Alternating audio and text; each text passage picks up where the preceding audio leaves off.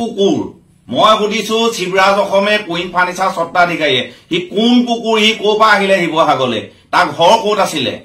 সি queen furniture ব্যৱসায় প্ৰতিষ্ঠান বন্ধ কৰিবলৈ তাৰ বাপেকে কৈ দিছিলে নে মাকে কৈছিলে নে সি য'ত চাকৰ কৰে তাৰ মালিকনীয়ে কৈ দিছিলে মোক কুইন ফাৰ্নিচাৰ এইটো এনেই সৃষ্টি হোৱা নাই লাখ লাখ টকা চৰকাৰ টেক্স দি নিট এণ্ড ক্লিনকে ব্যৱসায় কৰি আছো লেবাৰ পাৰ্মিশনৰ পৰা চৰকাৰ টেক্সৰ পৰা কি ফাইল চাবি কাঠৰ টিম্বাৰৰ টিপিয়ে চাবি নে তই কি চাবি মগুৰিত তোৰ নিচিনা মই নহয় মই এতিয়া মোক যদি দুখ কৰিছো তিনিআলি মই আঁঠু গাড়ী পাৰিম তই নোৱাৰ গতিকে অচিনাকি এটা ল'ৰাৰ ওপৰত মন্তব্য দিয়াৰ আগত ছচিয়েল মিডিয়াত দিয়াৰ আগত 100 বাৰ ভাবি ল'ব লাগিছিলে তই বহুত ভুল কৰিলি তই বহুত ডাঙৰ ভুল কৰিলি মোৰ জীৱনত এনেকুৱা ভুল হোৱাই নাই আজি লেখাৰ কথা আছে মোৰ লগত থকা পৰিয়ালখিনিৰ কথা আছে আৰু অসমীয়া সমাজখনৰ কথা আছে মই যিসকলক সহায় কৰিছো সকলো এটা মন্তব্য দিব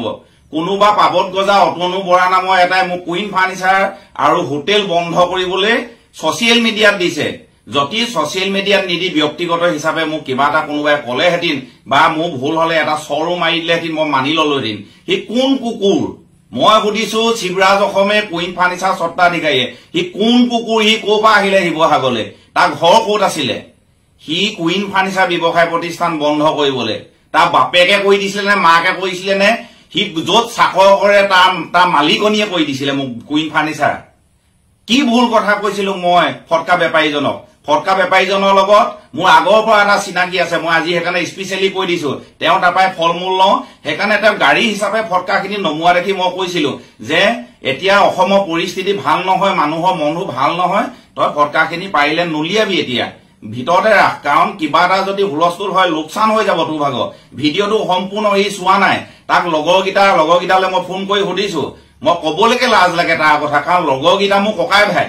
যিকেইটা লগৰ মোকো সন্মান কৰে ময়ো তেহেঁতক সদায় সন্মান কৰো মোৰ ককাই ভাই আৰু সেইকাৰণে ভূপেন হাজৰিকা 100 বছৰীয়া জন্ম জয়ন্তীত মোক মাতি নি গীত পৰিৱেশন কৰিছিলে এটকাও মই মাননি লোৱা নাছিলো প্ৰস্তুত কৰিবলগীয়া মই যোগ্য বুলি নাভাবোৱেই তোৰ নিশ্চয় বহুত তলৰ মোৰ কাৰণে ইমান সন্মান কৰি ৰাখিছিলো তই এটা যে জিৰো মই গমেই নাপাওঁ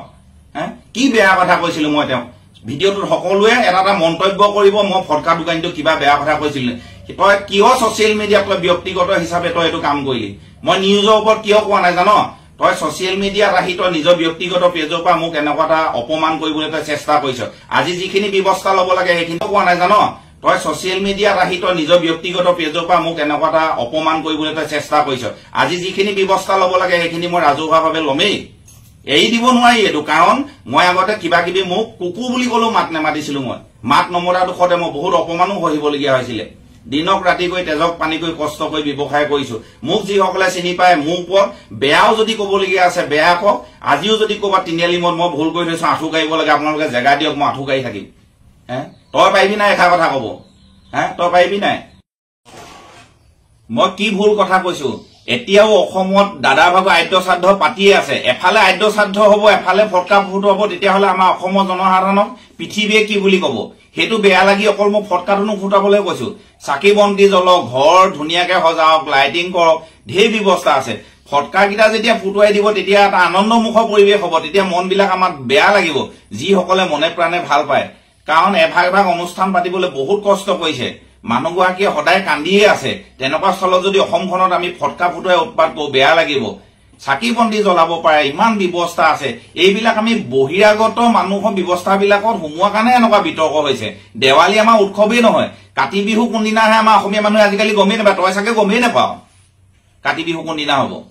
গতিকে লোকৰ উৎসৱত আমি সোমাইহে অসমীয়া এতিয়া বাৰে শত্ৰু হৈছো এইবিলাক আমাৰ নহয়েই তথাপি আমাৰ কৰি অভ্যাস হ'ল কাৰণে নকৰিবলৈ মই কোৱা নাই চাকি বন্তি পৰা আৰম্ভ কৰি যিমান যি ব্যৱস্থা আছে কৰক বোমকেইটা ফুটুৱাই দিলে এটা আমি আনন্দমুখৰ পৰিৱেশ সৃষ্টি কৰা হ'ব মোৰ সেইকাৰণে মনত দুখ লাগি আছে সেইটো মোৰ ব্যক্তিগত অনুভৱ তই কুকুৰ কোন ব্যৱসায়ত মাত মাতি হ'ল ননচেন্স